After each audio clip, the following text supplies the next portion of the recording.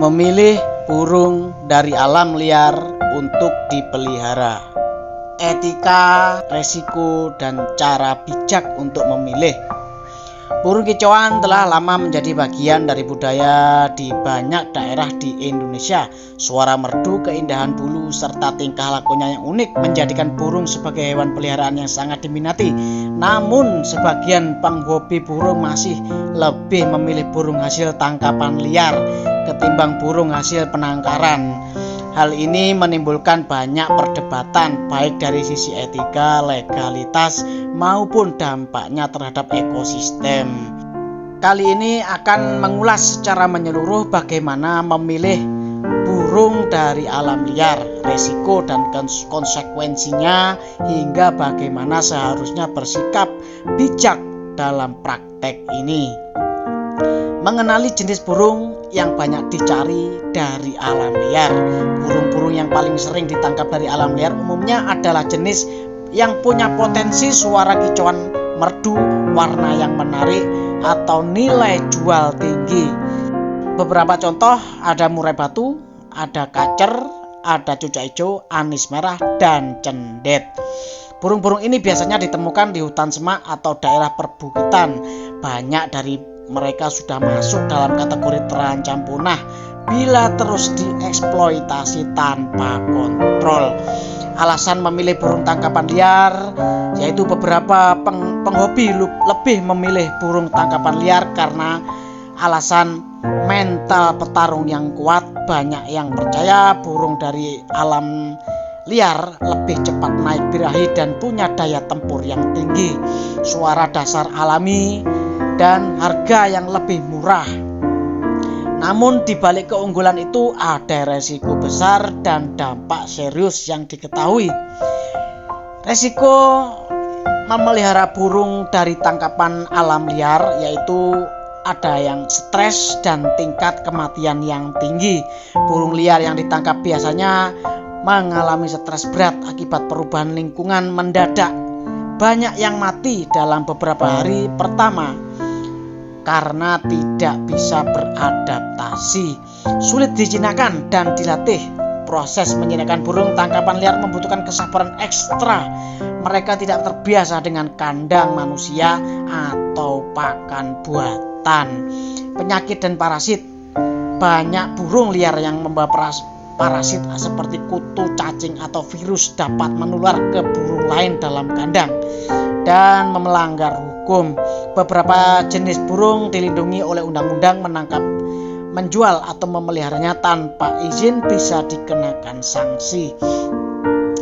Dan cara bijak dalam memilih burung dari alam yaitu jika tetap memilih burung liar, ada beberapa etika dan cara selektif yang perlu diperhatikan, yaitu 1. Pilih burung yang belum dilindungi.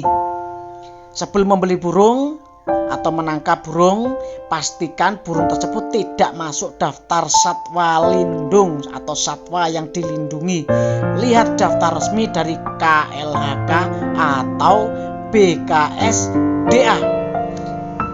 Menangkap burung dilindungi seperti jalak Bali, trulek Jawa, atau elang tanpa izin adalah tindakan pidana. Dan yang kedua yaitu hindari burung yang masih anakan di sarang. Mengambil burung dari sarang, terutama yang masih anakan, bukan hanya kejam tapi juga merusak regenerasi populasi alam. Yang 3 ada pilih dari penangkap yang berpengalaman. Jika memilih dari penangkap pastikan mereka tahu cara penanganan yang benar, tidak menyiksa, tidak menggunakan lem atau jaring yang membunuh, dan tidak merusak habitat. Yang keempat, siapkan karantina dan perawatan awal. Burung liar harus dikarantina minimal 1-2 minggu sebelum disatukan dengan burung lain ini untuk mencegah penularan penyakit dan memberi waktu adaptasi lingkungan. Dan kita melihat atau merawat burung liar agar bisa beradaptasi itu, yaitu burung dari tangkapan alam membutuhkan penanganan khusus agar bisa menjadi jinak dan rajin bunyi. Tipsnya adalah berikan pakan alami dulu, lalu perlahan ubah ke pakan buatan. Mandikan dan jemur secara teratur agar burung merasa nyaman. Tempatkan di lokasi tenang dan minim gangguan manusia. Berikan terapi suara masteran agar burung mau belajar kicauan baru. Bersabar dalam proses penjinakan. Gunakan metode seperti terapi kerodong, sering mengajak bicara atau memegang burung secara perlahan. Alternatif kita yaitu adalah pilih burung hasil penangkaran. Jadi memelihara burung hasil penangkaran adalah solusi yang lebih berkelanjutan dan bijak. Karena kelebihannya tidak merusak populasi alam, lebih mudah dijinakkan dan dilatih, terhindar dari masalah hukum, mendukung perekonomian penangkar lokal. Jika ada pilihan penangkaran yang bagus, sebaiknya utamakan membeli dari mereka. Memelihara burung adalah hobi yang indah, namun harus dilakukan dengan penuh tanggung jawab. Mengambil burung dari alam liar tidak bisa dilakukan sembarangan. Diperlukan pengetahuan etika dan kepedulian agar tidak menjadi bagian dari perusakan ekosistem. Bila ingin benar-benar menjadi penghobi sejati, jadilah juga pelindung kelestarian alam. Burung bukan sekedar peliharaan, mereka adalah bagian dari alam yang harus kita jaga bersama-sama. Di kalangan pecinta burung, terutama dalam dunia kontes dan lomba, ada semacam gengsi tertentu ketika seseorang berhasil mengorbitkan burung tangkapan alam menjadi juara lapangan. Prestasi ini dianggap membuktikan kemampuan melatih dan merawat, karena burung liar dinilai punya karakter unik dan tantangan tersendiri. Namun perlu disadari, gengsi tidak boleh mengalahkan tanggung jawab.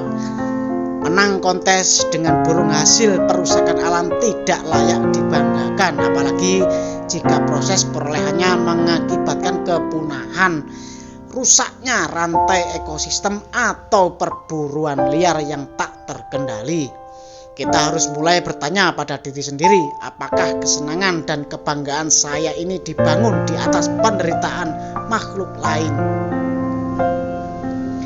Indonesia adalah negara dengan keanekaragaman burung tertinggi di dunia, namun juga menjadi salah satu negara dengan tingkat perburuan burung tertinggi.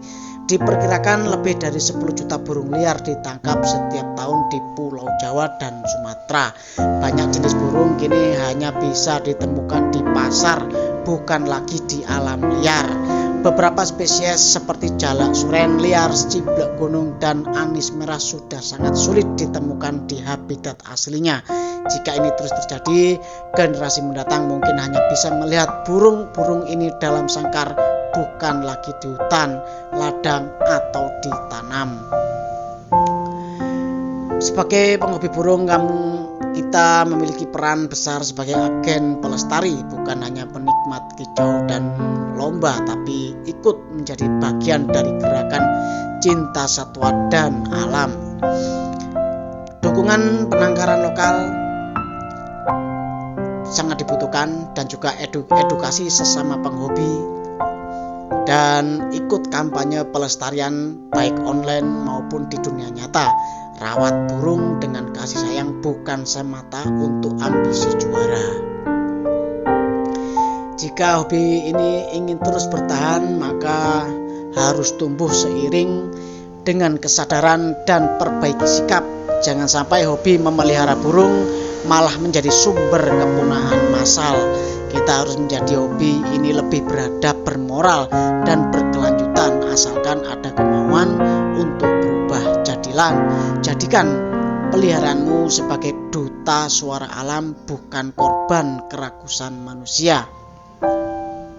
Saat kamu memelihara seekor burung, ingatlah bahwa kamu sedang membawa sebagian dari hutan ke dalam hidupmu. Rawatlah dengan bijak, jangan jadikan sangkar sebagai penjara. Tapi jadikanlah sebagai tempat perlindungan dan kasih sayang, karena merdu suara burung bukan hanya untuk hiburan, itu adalah gema dari alam yang meminta kita untuk menjaga, bukan merusak alam.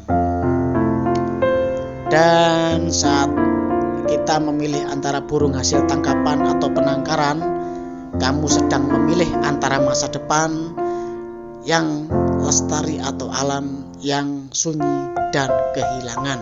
Demikian kita harus menjunjung tinggi atas breeding kawan-kawan kita yang sedang berjuang dalam ekosistem buatan, yaitu di penangkaran burung, peternak burung, di agen-agen atau di penghobi aviari, atau kita lestarikan breeding. Mungkin hanya itu saja penjelasan lengkap tentang burung ombyokan yang ada di pasar burung ya. Sebaiknya kita juga harus menjaga kelestarian alam dan juga menyeimbangkan alam atau ekosistem yang ada di sekitar kita. Demikian bentuk dari kepedulian tentang ekosistem alam dari Dan Channel, dan semangat kawan-kawanku untuk breeding jenis-jenis burung yang sudah mulai langka kita temui di alam liar.